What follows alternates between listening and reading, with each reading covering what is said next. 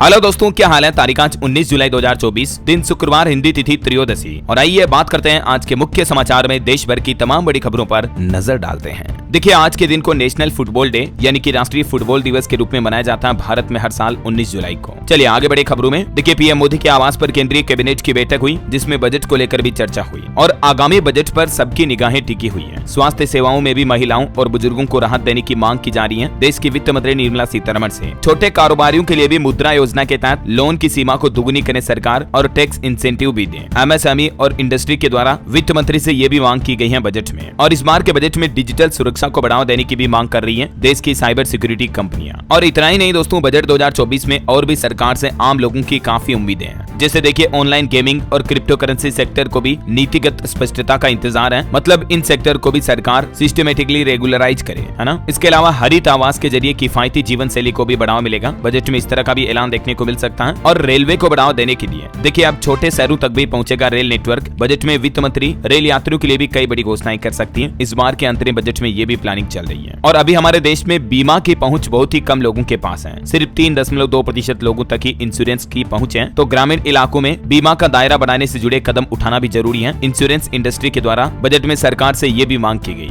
है ना। तो 23 तारीख को बजट के कंप्लीट हाइलाइट्स मैं आपको बता दूंगा इसी चैनल DLS न्यूज के माध्यम से। और चलिए आगे बढ़ते हैं खबरों में। देखिए, गोल्ड सिल्वर प्राइस पर खबर आ रही कि सोने में आई चमक और चांदी भी सस्ती हुई है। गोल्ड सिल्वर के लेटेस्ट रेट क्या चल रहे हैं मैं आपको आगे बताऊंगा, कंप्लीट प्राइस की डिटेल। फिलहाल देखिए, एक रिपोर्ट सामने आ रही कि Tier 2 शहरों में 94% तक बढ़े घरों के दाम। हालांकि लग्जरी होम की बिक्री में भी बढ़ोतरी हुई है, लेकिन रियल एस्टेट की कीमतें काफी ज्यादा बढ़ी हैं। और एक रिपोर्ट आ रही कि कुशल श्रमिकों की कमी और लॉजिस्टिक सुविधा के अभाव के चलते उत्तर भारत में कंपनियां निवेश कम कर रही हैं। और वहीं देखिए, बड़ी खबर, कल ही उत्तर प्रदेश के गोंडा में जो ट्रेन हादसा हुआ, उसमें केंद्र सरकार की तरफ से मुआवजे का ऐलान किया गया। मृतकों के परिजनों को 10-10 लाख रुपए दिए जाएंगे। यूपी के गोंडा में यह बड़ा रेल हादसा हुआ था। डिब्रूगढ़ एक्सप्रेस ट्रेन के तकरीबन 12 से 15 कोच पटरी से नीचे उतरकर पलट गए। बताया जा रहा है कि इसमें 3 यात्रियों की जान चली गई। मुख्यमंत्री योगी आदित्यनाथ ने भी इस घटना का संज्ञान लिया और रेस्क्यू ऑपरेशन तेज करने का निर्देश भी दिया। ये रूट मैप भी देख सकते हैं, ये हादसा कहां पर हुआ। ये ट्रेन चंडीगढ़ से डिब्रूगढ़ जा रही थी और बीच रास्ते में ही ट्रेन पटरी से नीचे उतर गई। तकरीबन 20 से ज्यादा लोग घायल हो गए। हम घायलों के जल्द स्वस्थ होने की कामना करते हैं। और चलिए अगली बड़ी खबर देखिए दोस्तों, सुप्रीम कोर्ट ने NTA को 20 जुलाई तक नीट UG अभ्यर्थियों के केंद्रवार अंक घोषित करने का निर्देश भी दिया और ये भी कहा कि अभ्यर्थियों की पहचान गुप्त रखी जाए। नीट मामले को लेकर सुप्रीम कोर्ट में इस केस की सुनवाई हुई और बड़ा फैसला सुनाया। सुप्रीम कोर्ट ने आदेश देते हुए कहा कि नीट रिजल्ट सिटी और सेंटर वाइज जारी किया जाए। और अब NTA को शनिवार दोपहर 12 बजे तक वेबसाइट पर नया रिजल्ट अपलोड करना होगा। इस मामले पर अगली सुनवाई 22 जुलाई को होगी। चलिए बड़ी खबर देखिए, देश के 4 राज्यों के 49 जिले मिलाकर भील प्रदेश बनाने की मांग की जा रही है, जिसमें मध्य प्रदेश, राजस्थान समेत 4 राज्यों के आदिवासी बांसवाड़ा पहुंचे और ये मांग की और कहा कि कोई माई का लाल नहीं रोक सकता हमारी मांग को पूरा होने में। वो 4 राज्य हैं दोस्तों, राजस्थान, मध्य प्रदेश, गुजरात और महाराष्ट्र में हजारों की संख्या में आदिवासी समाज के लोग राजस्थान के बांसवाड़ा स्थित मानगढ़ पहुंचे और उन्होंने सरकार से ये मांग की है। ये भारत के मैप में आप देख सकते हैं कि कौन से इलाके पर भील प्रदेश का दावा किया जा रहा है। इनकी ये मांग है कि हमारा राज्य ही अलग बना दिया जाए। इसमें राजस्थान के 12 और मध्य प्रदेश के 13 जिले शामिल हैं। कुल मिलाकर MP, गुजरात, महाराष्ट्र, राजस्थान समेत 49 जिलों को मिलाकर एक नया राज्य भील प्रदेश बनाने की मांग की जा रही है। ये चारों राज्यों के अलग अलग जिले कौन से हैं देख सकते हैं आप पूरी लिस्ट भी। और वैसे मध्य प्रदेश में सरकार ने एक नया नियम भी लागू कर दिया है। MP में अब CBI जांच के लिए सरकार की इजाजत लेनी होगी। मध्य प्रदेश के गृह विभाग की तरफ से ये नोटिफिकेशन जारी किया गया। इसी महीने जुलाई से ये नई व्यवस्था मानी जाएगी। ये देख सकते हैं आप MP सरकार द्वारा जारी नोटिस भी। वैसे ऐसा नियम अभी पहले से ही पश्चिम बंगाल में लागू है, तो पश्चिम बंगाल के बाद मध्य प्रदेश में भी अब CBI बिना अनुमति के जांच नहीं कर सकेगी, है ना। और MP में मुख्यमंत्री मोहन यादव की तरफ से एक और बड़ा ऐलान किया गया है। मध्य प्रदेश में होगी पुलिस बैंड वादकों की भर्ती और प्रदर्शन करने वाले वादकों को 11-11 हजार रुपए का इनाम भी मिलेगा। भोपाल में मुख्यमंत्री डॉक्टर मोहन यादव की तरफ से बड़ी घोषणा की गई है। चलिए खबर देखिए दोस्तों, महाराष्ट्र में ट्रेनी IAS ऑफिसर पूजा खेड़कर की मां को होटल से गिरफ्तार किया गया। होटल मालिक बोले कि ये नाम बदलकर यहाँ रुकी थी। एक लड़का भी साथ में था जिसे अपना बेटा बताया था। पूजा खेड़कर के मामले पर भी कुछ खुलासे सामने आ रहे हैं। फर्जी एड्रेस और राशन कार्ड का इस्तेमाल किया, अब सख्त एक्शन लिया जाएगा। दबंग मां और भ्रष्टाचार पर गिरे अब इनके पिता भी। IAS पूजा के फर्जीवाड़े के एक के बाद एक नए मामले सामने आ रहे हैं। चलिए खबर देखिए दोस्तों, उड़ीसा पुरी में जगन्नाथ मंदिर के रत्न भंडार को 4 दिन में दोबारा खोला गया। कीमती सामान स्ट्रॉन्ग रूम में शिफ्ट किया जाएगा। अब तक 6 नया बॉक्स खजाना निकल चुका है। और वहीं देखिए बड़ी खबर, गुजरात राज्य में तेजी से फैल रहा चांदीपुरा वायरस। अब मुख्यमंत्री भूपेंद्र पटेल ने समीक्षा बैठक भी की और सभी स्वास्थ्य अधिकारियों को सतर्क रहने के निर्देश भी दिए। उन्होंने आंगनबाड़ी कार्यकर्ता बहनों और आशा वर्करों को भी ग्रामीण क्षेत्रों में सर्वे कर लोगों में जागरूकता फैलाने की अपील की है। इतना ही नहीं, गुजरात राज्य में जो चांदीपुरा वायरस से प्रभावित इलाके हैं उनमें कीटनाशक रोधी पाउडर के छिड़काव का निर्देश भी दिया। वैसे आपको बता दूं, पिछले 12 घंटों में ही 4 और बच्चों की जान चली गई गुजरात में इस चांदीपुरा वायरस के चलते हैं। और अब तक मौतों की संख्या कुल 19 हो चुकी है, जबकि 31 मामले अब तक दर्ज हैं। मतलब कई बच्चे अभी भी भर्ती हैं, 5 बच्चों का इलाज जारी है। गुजरात के इन 13 जिलों में सबसे ज्यादा ये मामले फैल रहे हैं, तो यहाँ के लोग अपने बच्चों को लेकर स्पेशली सतर्क रहे, है ना। चलिए अगली खबर देखिए, जम्मू कश्मीर में 3 जगह पर एनकाउंटर हुआ। कुपवाड़ा में 2 और आतंकियों को ढेर किया गया। डोडा में आतंकियों ने अस्थायी कैंप पर हमला किया, जिसमें 2 जवान भी घायल हो गए। और अब जम्मू कश्मीर के इन हालातों को लेकर राजधानी दिल्ली में पीएम मोदी ने सीसीएस की बैठक की और जम्मू एंड कश्मीर के हालातों पर चर्चा की। आतंकियों को अब उन्हीं की भाषा में जवाब देने की तैयारी है। मोदी और गृह मंत्री अमित शाह और रक्षा मंत्री राजनाथ सिंह ने तकरीबन 1 घंटे तक ये सीसीएस की मीटिंग की। इधर छत्तीसगढ़ में भी देखिए आईईडी ब्लास्ट में 2 कांस्टेबल शहीद हो गए, 4 जवान घायल हो गए। उन्हें रायपुर एयरलिफ्ट किया गया। छत्तीसगढ़ महाराष्ट्र बॉर्डर पर एक बार फिर से मुठभेड़ हुई, जिसमें 12 और नक्सली ढेर हो गए। सब इंस्पेक्टर समेत 2 जवान भी घायल हुए।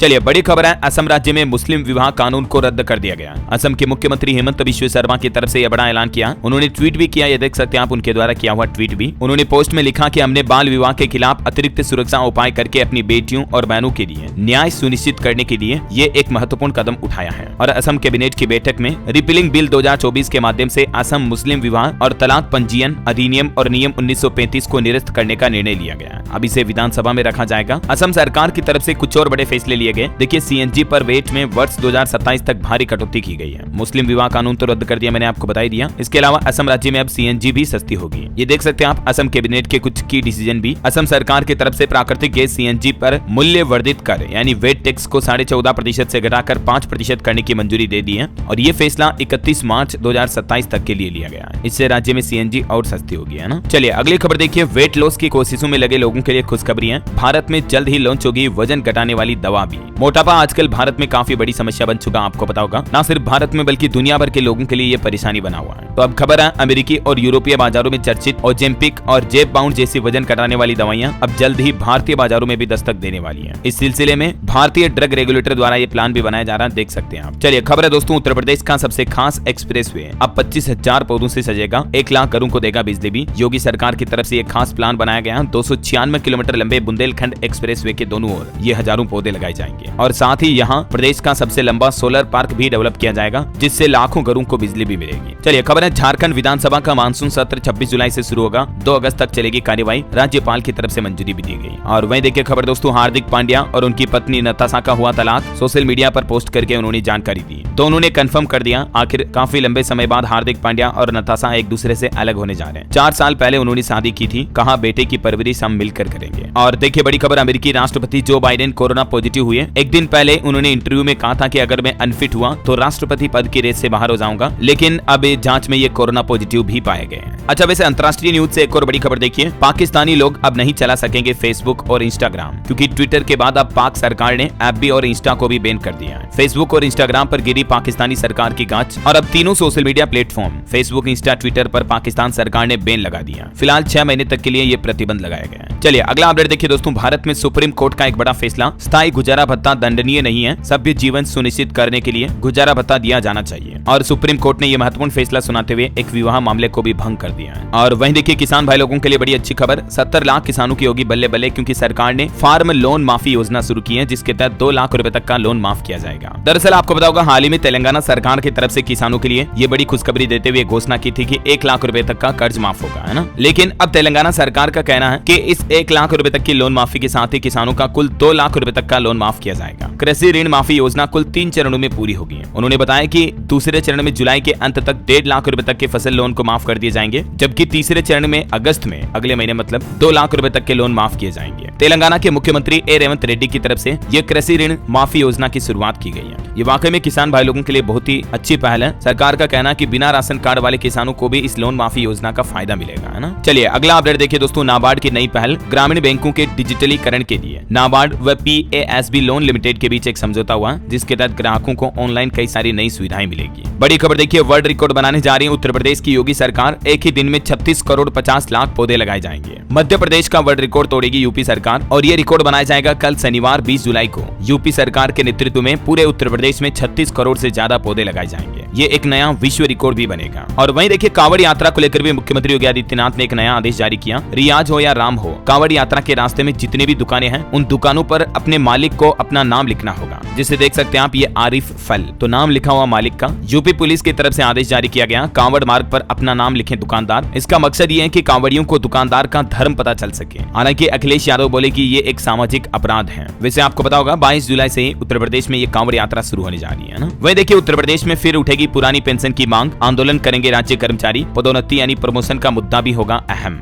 यूपी में कर्मचारियों की ये कुछ प्रमुख मांगे हैं, इनको लेकर फिर से आंदोलन किया जाएगा। कर्मचारी संगठनों की तरफ से चेतावनी दी गई है। और योगी सरकार का एक और प्लान देखिए आप, यूपी में सामूहिक विवाह योजना के तहत 1 लाख जोड़ों के विवाह किए जाएंगे। समाज कल्याण विभाग ने इसके लिए SOP भी तैयार की है। वैसे अयोध्या के श्रद्धालुओं के लिए भी अच्छी खबर है, अब नियमित कर सकेंगे रामलला के दर्शन, क्योंकि अब लोगों का स्पेशल पास बनेगा। जो अयोध्या के निवासी हैं उनके लिए मंदिर प्रशासन की तरफ से ट्रस्ट ने ये स्पेशल पास बनाने की सुविधा शुरू की है। और यूपी में वाहन मालिकों के लिए भी एक अच्छी खबर है, अब डाकघरों में भी आपके वाहन का बीमा हो जाएगा, यानी आपकी गाड़ी का इंश्योरेंस अब आप पोस्ट ऑफिस के जरिए भी करा पाएंगे। देख सकते हैं आप इसके बारे में डिटेल भी, और ये पूरा पेपरलेस होगा डिजिटली तरीके से, है ना। चलिए पॉलिटिक्स से बड़ी खबर आ रही है, हरियाणा विधानसभा चुनाव से पहले कांग्रेस को बड़ा झटका लगा। आम आदमी पार्टी ने इंडिया गठबंधन से अपना नाता तोड़ दिया है। पंजाब के मुख्यमंत्री भगवंत मान बोले कि 90 सीटों पर हम अकेले चुनाव लड़ेंगे, यानी अब हरियाणा की सभी 90 सीटों पर आम आदमी पार्टी अकेले चुनाव लड़ेगी, किसी इंडिया के साथ कोई गठबंधन नहीं रखेगी, है ना। सीएम भगवंत मान की तरफ से यह ऐलान किया गया। चलिए अगली खबर देखिए दोस्तों, मॉरिशस देश जन औषधि केंद्र को अपनाने वाला दुनिया का पहला देश बन चुका है। विदेश मंत्री ने जन औषधि केंद्र का उद्घाटन भी किया मॉरिशस में, और इसके जरिए अब इस देश में भी लोगों को जन औषधि केंद्र से सस्ती दवाइयां मिल पाएगी। जैसे भारत में है ना अलग अलग जन औषधि केंद्र, वैसे ही मॉरिशस में भी ये शुरू किया गया। और खबर है विदेश सचिव के रूप में अपनी पहली विदेश यात्रा में विक्रम मिश्री भूटान की 2 दिवसीय यात्रा पर जाएंगे। 19 और 20 जुलाई को उनका भूटान दौरा होगा। और दोस्तों आर्थिक मोर्चे पर भारत के लिए एक अच्छी खबर ये भी आ रही है। देखिए फिक्की ने भी वित्त वर्ष 2024-25 के लिए भारत की GDP दर को बढ़ाकर 7% रहने का अनुमान जताया। हाल ही में इससे पहले 1-2 दिन पहले आपको पता होगा IMF ने भी भारत की ग्रोथ रेट को बढ़ाया था, और अब फिक्की ने भी अपनी रिपोर्ट में ये बढ़ोतरी की है। तो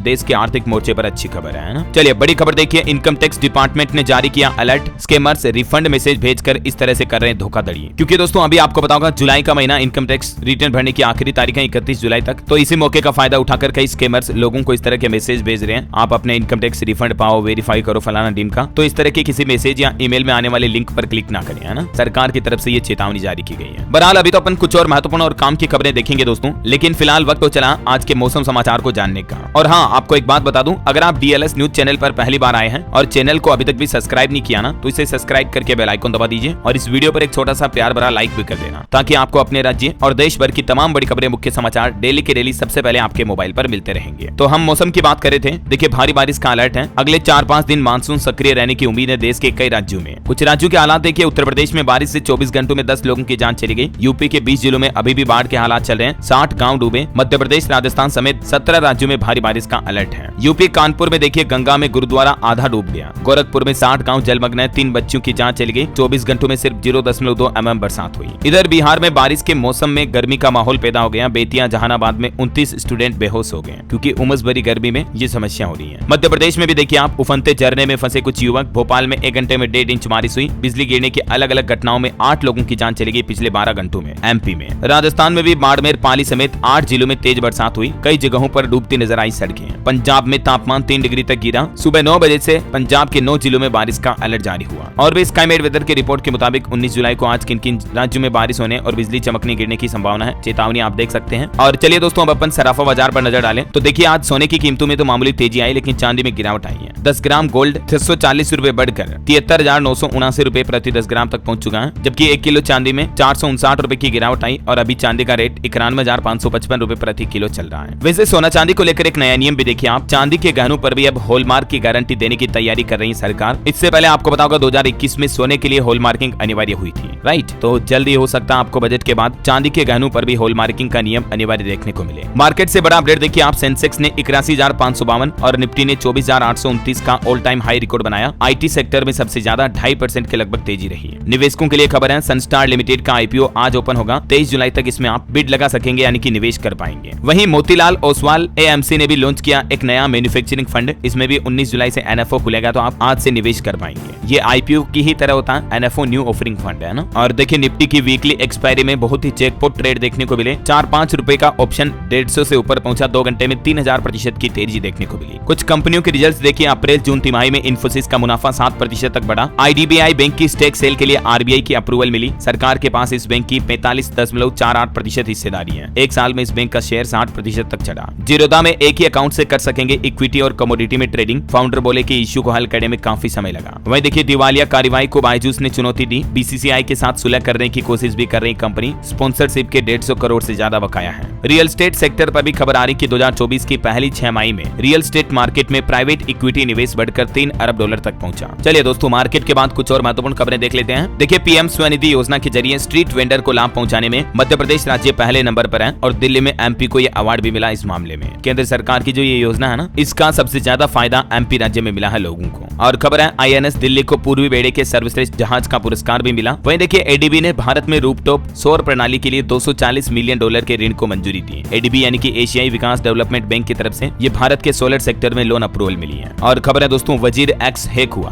भारत के सबसे बड़े क्रिप्टो एक्सचेंज से $230 मिलियन की चोरी का मामला सामने आ रहा है। रिलायंस जियो और एयरटेल ने मई 2024 में 3.5 मिलियन नए ग्राहक जोड़े। दूरसंचार के क्षेत्र में ग्राहकों की बढ़ोतरी देखी गई। और टेक न्यूज से खबर देखिए कैनन कंपनी ने भारत में नए फ्लैगशिप EOS R1 और R5 मार्क II का अनावरण किया। ये कुछ नए कैमरे लॉन्च किए हैं। और एक रिपोर्ट आ रही कि ओला मैप्स को मुफ्त में देने के बाद डेवलपर्स के लिए गूगल मैप्स की कीमतों में भी 70% तक की कटौती की गई। ओला के सीईओ भावेश अग्रवाल ने भी इस पर प्रतिक्रिया दी। वही देखिए दोस्तों हेल्थ को लेकर एक बड़ी चौंकाने वाली रिसर्च सामने आ रही है कि टीन एजर्स के फोकस और मेंटल हेल्थ पर गंभीर असर डालता है इंटरनेट। आजकल के बच्चों की जिंदगी इंटरनेट से गिर गई है, लेकिन बहुत ज्यादा ही इसका इस्तेमाल मानसिक स्वास्थ्य को बुरी तरह से खराब कर सकता है। इसलिए मोबाइल फोन का जितना हो सके कम इस्तेमाल करें, खास करके बच्ची तो है ना। और ऑटो इंडस्ट्री से खबर देखिए दोस्तों सिट्रोएन 2 अगस्त को पेश करेगी बेसाल्ट एसयूवी कूपे 6 एयरबैग के साथ। इसमें आपको एडवांस सेफ्टी फीचर मिलेंगे। वहीं पोर्शे मैकन ईवी भी 2 सस्ते वेरिएंट में भारत में लॉन्च हुई। फुल चार्ज करने पर आपको 650 किलोमीटर का माइलेज मिलेगा। चलिए खबर है उत्तराखंड पर्यटन विभाग ने होम स्टे की बुकिंग के लिए एक नया पोर्टल लॉन्च किया है। ये पोर्टल भी आप देख सकते हैं, इसके जरिए आप पर्यटक अपनी बुकिंग करा पाएंगे। और खेल समाचार पर बड़ी खबर देखिए श्रीलंका दौरे के लिए टीम इंडिया का ऐलान हुआ। T20 सीरीज में कप्तानी करेंगे सूर्य कुमार यादव। वनडे में रोहित कैप्टन और कोहली भी खेलेंगे। ये 3 T20 मैचों की सीरीज का पहला मुकाबला 27 जुलाई को शाम 7 बजे खेला जाएगा। वही देखिए उत्तराखंड में रुद्रप्रयाग में निर्माणाधीन पुल भी टूट गया। ऋषिकेश बद्रीनाथ हाईवे पर नारकोटा में बन रहा था ये पुल। 2022 में भी इसी पुल के टूटने से 2 मजदूरों की मौत हुई थी और अब देखिए यह निर्माणाधीन पुल फिर से टूट गया। बिहार जैसे हालात होने लगे हैं उत्तराखंड में भी। चलिए खबर है झारखंड के मुख्यमंत्री हेमंत सोरेन ने पीएम मोदी से मुलाकात की और हेमंत सोरेन ने प्रधानमंत्री की इस योजना को भी मंजूरी दी, जिससे कि झारखंड के 11 जिलों को बड़ा फायदा मिलेगा। दरअसल एक फैसला तो ये लिया गया कि झारखंड के आदिवासी जनजाति बहुल क्षेत्रों में 91 नए आंगनबाड़ी केंद्र खोले जाएंगे। प्रधानमंत्री जनजाति आदिवासी न्याय महाअभियान के तहत खुलने वाले इन केंद्रों के लिए 40% राशि देने के लिए झारखंड राज्य सरकार ने सहमति दे दी है। 60% राशि केंद्र सरकार वहन करेगी, है ना। और ये कौन कौन से 11 जिलों में खुलेंगे आंगनबाड़ी केंद्र, जिसकी लिस्ट भी आप देख सकते हैं। चलिए खबर देखिए छत्रपति शिवाजी महाराज का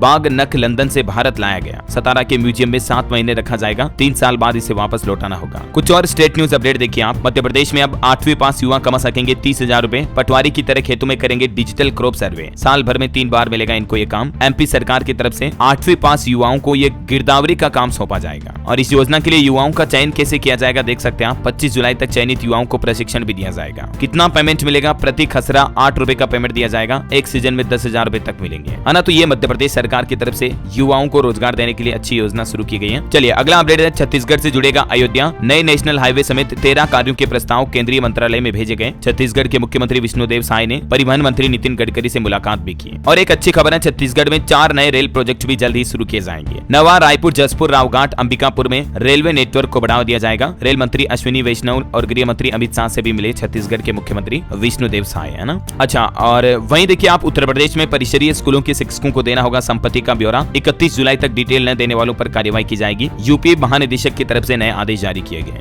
और वहीं देखिए दोस्तों यूपी की राजधानी लखनऊ में दुनिया के 29 देशों के 1000 स्टूडेंट्स जुटेंगे। सीएमएस में 27 जुलाई से इंटरनेट इंटरनेशनल मैथमेटिक्स कंपटीशन का आयोजन होने जा रहा है। 27 से 31 जुलाई तक इसका आयोजन होगा। चलिए बड़ी खबर है, आयुष्मान कार्ड बनाने के लिए विशेष अभियान की शुरुआत की गई। 4.5 लाख कार्ड बनाने का लक्ष्य निर्धारित किया गया। अब तक 9 लाख लोगों को सुविधा भी मिल चुकी है। बिहार में ये आयुष्मान कार्ड बनाए जाएंगे जिन लोगों के अभी तक नहीं बने हुए उनके। ये देख सकते हैं बिहार सरकार की ये योजना भी, इसके तहत 5 लाख रुपए तक का निःशुल्क इलाज मिलता है। वहीं देखिए पंजाब आएगी 16वें वित्त आयोग की टीम, सरकार प्लानिंग बनाने में जुटी, तैयार की गई प्रेजेंटेशन भी, कई प्रदेशों से सलाह ली जाएगी। चलिए बड़ी खबर देखिए, उत्तराखंड की कैबिनेट बैठक में कुछ बड़े फैसले लिए गए। एक तो 4 धाम के नाम पर नहीं बनेगा कोई भी ट्रस्ट, इसके लिए सख्त कड़े कानून लागू किए जाएंगे। इसके अलावा भी उत्तराखंड के मुख्यमंत्री पुष्कर सिंह धामी कैबिनेट बैठक में टोटल 22 फैसलों पर मुहर लगी। एक तो बद्रीनाथ, केदारनाथ समेत बड़े मंदिरों के नाम पर ट्रस्ट बनाने पर रोक लग चुकी है। वहीं किसानों को दिए जाने वाले 5 लाख रुपए तक के ऋण यानी कि लोन पर अब स्टाम्प शुल्क नहीं लगाया जाएगा। ये भी उत्तराखंड सरकार की तरफ से बहुत ही अच्छा फैसला लिया गया वाकई में। और इसके अलावा देखिए अब 5 लाख रुपए तक के ठेके स्थानीय ठेकेदारों को मिलेंगे।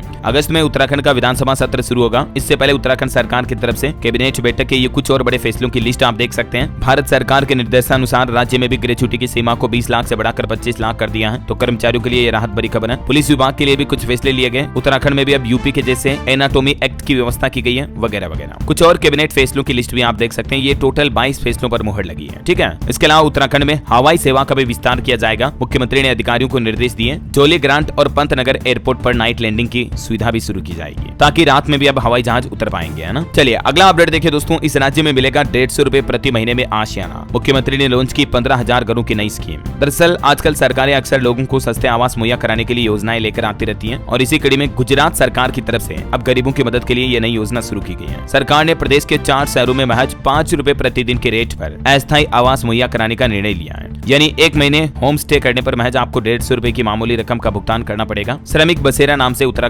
गुजरात सरकार की तरफ से ये योजना शुरू की गई है। फिलहाल अहमदाबाद, गांधीनगर, वडोदरा, राजकोट शहरों में श्रमिकों के लिए इस योजना का लाभ मिलेगा और इस ऑनलाइन पोर्टल के जरिए भी इस योजना के लिए अप्लाई किया जा सकता है। चलिए अगला अपडेट देखिए, पीएम मोदी ने कहा कि आज दुनिया मानती है भारत जल्द ही बनेगा महाशक्ति और भारत जल्द ही दुनिया की तीसरी बड़ी अर्थव्यवस्था भी बनेगा। रिपोर्ट्स आ रही दोस्तों, मैन्युफैक्चरिंग सेक्टर में भी दुनिया के लिए हब बन रहा अब हमारा इंडिया। पीएम मोदी के मेक इन इंडिया मिशन ने बदली तस्वीर। एक समय था जब 80% मोबाइल फोन भारत में आयात किए जाते थे, मतलब दुनिया के बाहर के देशों से भारत में खरीदे जाते थे, लेकिन आज लगभग 99% मोबाइल फोन भारत में ही बनाए जा रहे हैं। इतना ही नहीं, अब तो भारत उल्टा मोबाइल फोन एक्सपोर्ट भी करने लगा है। तो दुनिया के कई देशों के बीच रेस में भारत भी आगे चल रहा है, ये अच्छी बात है वाकई में। देखिए आप, और एक रिपोर्ट आ रही कि भारत में इलेक्ट्रॉनिक्स कंपोनेंट्स के निर्माण की लागत अन्य देशों के मुकाबले 14 से 18% ज्यादा है। नीति आयोग की तरफ से ये रिपोर्ट की जानकारी दी गई। और एक अच्छी खबर तो यह है कि इलेक्ट्रॉनिक मैन्युफैक्चर में जल्द ही 60 लाख नौकरियां पैदा होगी। नीति आयोग की तरफ से इसका पूरा प्लान भी बताया गया। 2029-30 तक इस क्षेत्र में 278 अरब डॉलर तक निवेश बढ़ सकता है। चलिए अगला अपडेट देखिए, अब तत्काल मिलेगा कुछ कैटेगरी में फूड लाइसेंस। गलत जानकारी देने पर 10 लाख रुपए तक का जुर्माना भी लगेगा। FSSAI की तरफ से ये नया प्लान बनाया गया है। अभी तक फूड लाइसेंस लेने में काफी लंबा समय लगता है, लेकिन ये डिटेल आप देख सकते हैं। कुछ कैटेगरी में हैंड टू हैंड लाइसेंस मिल जाएगा, है ना।